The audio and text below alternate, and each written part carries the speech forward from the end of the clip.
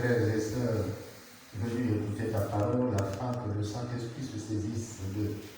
Que le Saint-Esprit se saisisse de chacun de nous, que la puissance du Saint-Esprit transforme nos vies, que la puissance du Saint-Esprit développe notre capacité d'écoute spirituellement pour que nous soyons capables d'appréhender les vérités, lesquelles vérités vont transformer nos vies et nous rapprocher de Dieu. Seigneur, merci de nous disposer et merci de nous rendre patients.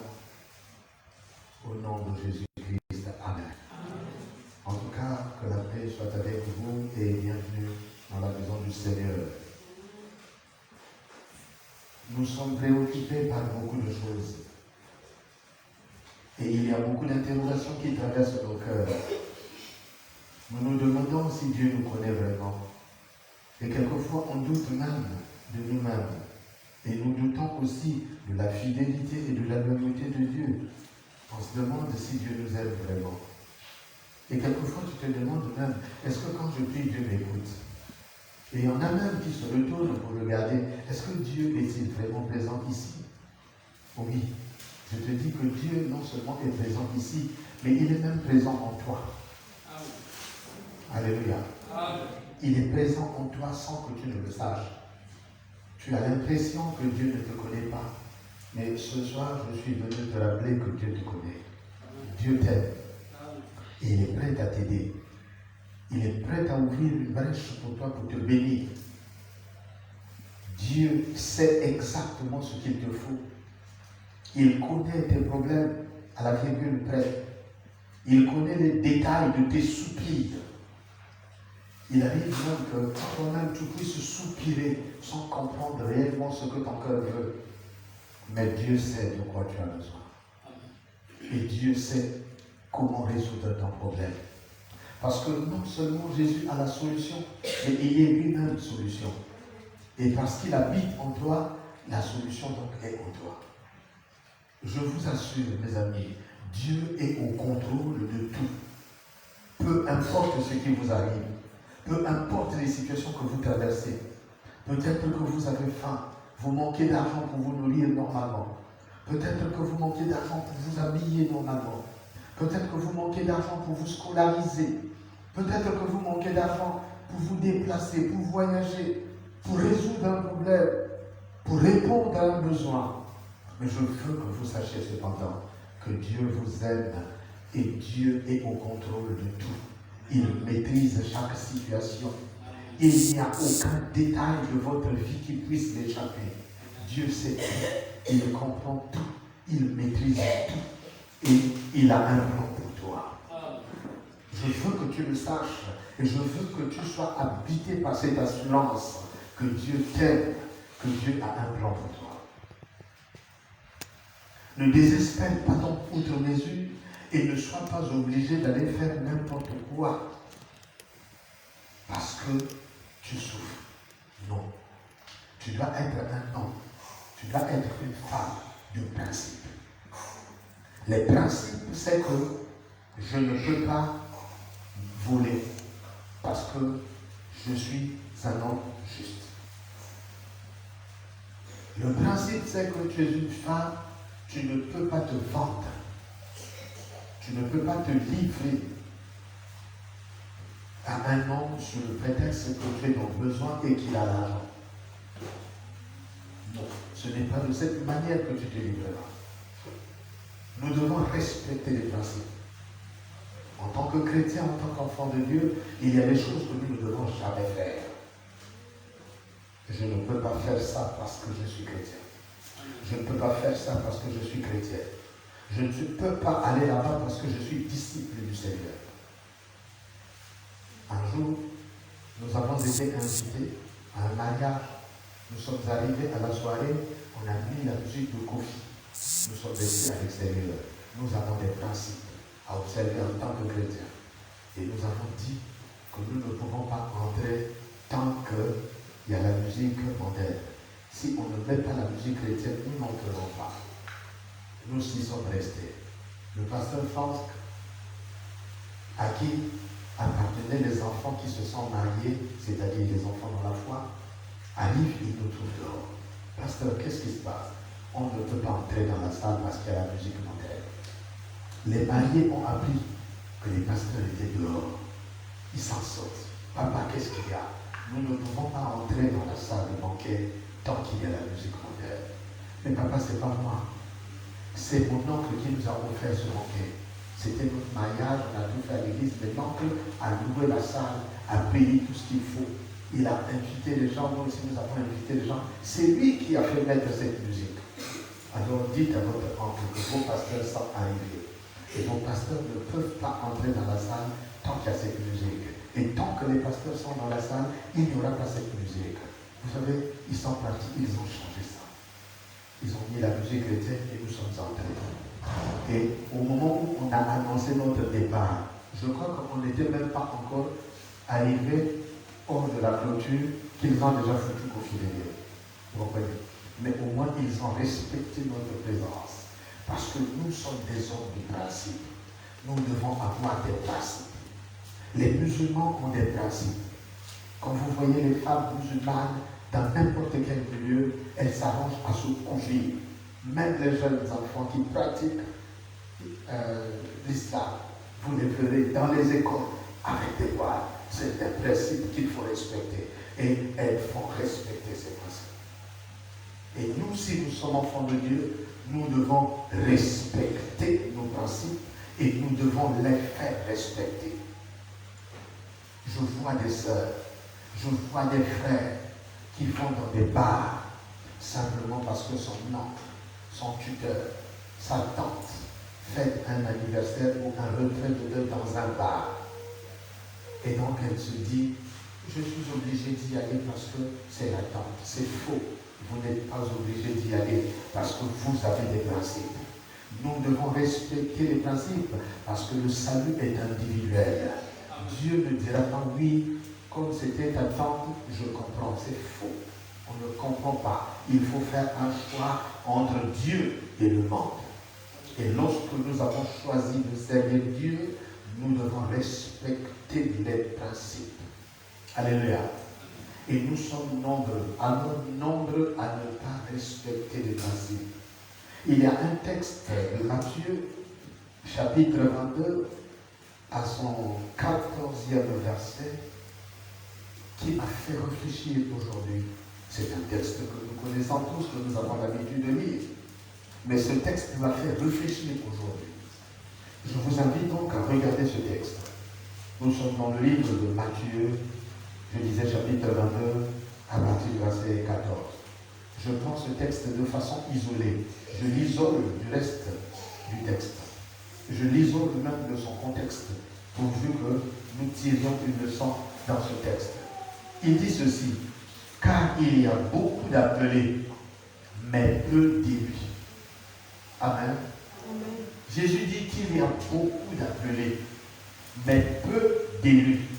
Lorsque nous avons analysé les mots qui composent cette phrase, il dit beaucoup d'appelés, peu d'élus.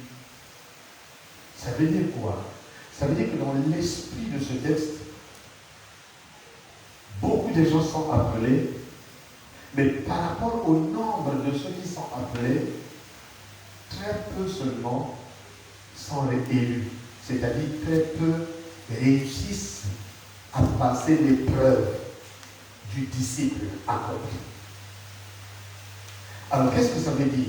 J'imagine que sur 300 personnes, par exemple, qui sont appelées, seulement 100 élus. Alors que le Seigneur aurait souhaité qu'il y ait plus d'élus que de ceux qui restent. Mais sur les beaucoup d'appelés, admettons 300, 100 seulement. Donc, par rapport au nombre d'appelés, le nombre d'élus est trop peu. Pourtant, tous sont appelés. Pourquoi tous ne sont pas élus? Beaucoup d'appelés, mais peu d'élus. Pourquoi? Tout le monde serait élu normalement. Parce que le Seigneur a manifesté une volonté animée par l'amour. Alors un amour sincère et profond. Il appelle tout le monde. Il veut que tous nous soyons sauvés sans exception. Et donc il appelle tout le monde. Nous avons tous reçu l'appel au salut. Et il ne fait pas d'exception, selon qu'il est écrit, Dieu ne fait pas exception de personne. Et donc il dit, venez-vous tous qui êtes fatigués. Il appelle tout le monde, tous nous sommes appelés. Même le plus grand bandit de ton quartier avait été appelé. Mais qu'est-ce qui fait qu'il y a peu d'élus? Il y a peu d'élus parce que beaucoup de gens refusent de respecter les principes divins, les principes bibliques. On ne peut pas faire chemin avec Dieu, on ne peut pas marcher avec le Seigneur si on ne respecte pas les principes de la marche. La marche obéit à un certain nombre de principes. Ce sont des principes bibliques, des principes divins que nous sommes tous appelés à respecter. Et si vous êtes un enfant de Dieu, vous êtes tenu de respecter les principes. Et ce n'est pas parce que vous souffrez que vous allez enfreindre la loi, que vous allez bafouer les principes, que vous allez même oublier qui vous êtes. En vérité, à chaque fois que tu prêches, tu oublies qui tu es. Et à chaque fois que tu prêches, tu oublies qui est Jésus. Et à chaque fois que tu prêches, tu oublies qu'est-ce que Jésus a fait pour toi sur la croix. Parce que à chaque fois que tu te souviens de ce que Jésus a fait pour toi sur la croix, tu l'adores, n'est-ce pas? À chaque fois que tu te souviens de tout ce que Jésus a fait pour toi, de son amour sur la croix pour toi, ça te pousse à l'adorer, n'est-ce pas? Mais lorsque tu commences à pécher, au lieu d'adorer, ça veut dire que tu as oublié qui est Jésus. Et tu as oublié qu'est-ce qu'il a fait pour toi sur la croix. Or, en tant qu'enfant de Dieu, chaque jour, lorsque nous marchons, nous devons nous mettre en tête que Jésus est mort pour nous. Il est ressuscité, il est monté au ciel, il est parti préparer une place pour nous. Mais tout en préparant une place pour nous, il intercède en notre faveur pour que nous ne puissions pas tomber. Et il a envoyé le Saint-Esprit pour nous conduire. Mais le Saint-Esprit aussi joue le rôle d'intercesseur parce que l'Esprit intercède pour nous par des soupirs inexprimables. Et nous ne nous rendons pas compte qu'il y a une intercession spirituelle qui se fait dans les lieux élevés, dans les lieux cachés. Le Saint-Esprit lui-même, sur ordre de Jésus, intercède en notre faveur pour notre bien. Parfois tu es fatigué, tu n'as pas pu prier, tu as baillé.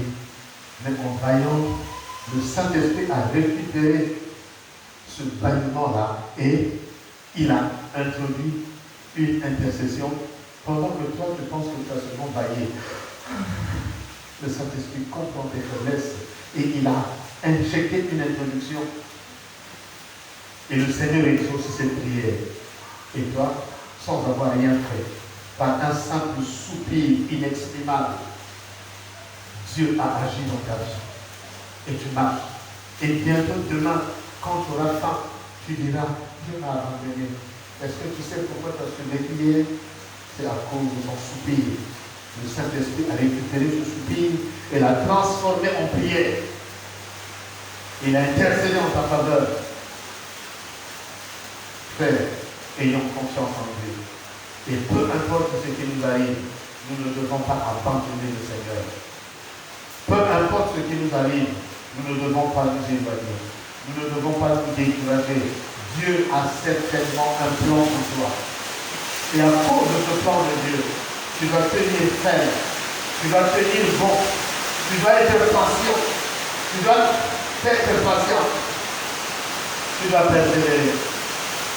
Parce que Jésus ne te laissera pas tomber.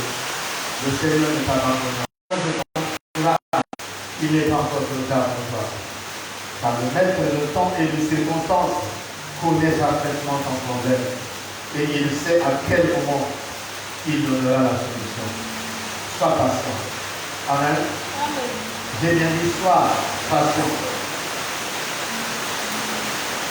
Car le Saint-Esprit est à l'œuvre. La puissance de Dieu se manifeste. La gloire de Dieu est sur le point d'éclater dans ta vie. Le nom de Jésus va être glorifié dans ta vie. Mais il faut que tu sois patient. Ne désespère pas contre Jésus. Ne te laisse pas décourager par les circonstances. Ne te laisse pas décourager par la faim, par l'activité. Sois patient. Le Seigneur finira par réagir positivement dans ta vie. Amen. C'est pourquoi nous allons chanter. Nous allons chanter les louanges à Jésus. Pour lui dire, Seigneur, je sais que tu as un plan pour moi. Et j'attends l'accomplissement de ce plan. Il y a une femme qui chantait. Et j'ai revu cette femme au moins 10 ans plus tard. Je vais rappeler sa chanson. Et elle a vécu elle-même ce qu'elle chantait il y a 10 ans. Je veux que tu saches que Dieu a un plan pour toi. Justice. Dieu a un plan pour toi.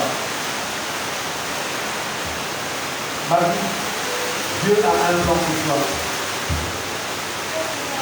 Je veux que tu saches que Dieu a un plan pour toi.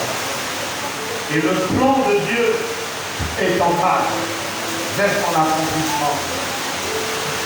Je veux que tu oublies tes problèmes. Tu vas danser. Et pendant que tu vas danser, les chaînes vont tomber. Les maladies vont tomber. Les blocages vont tomber. Les barrières érigées par l'adversaire vont tomber. La puissance de Jésus va se manifester dans cette adoration et cette louange. Je vous invite simplement à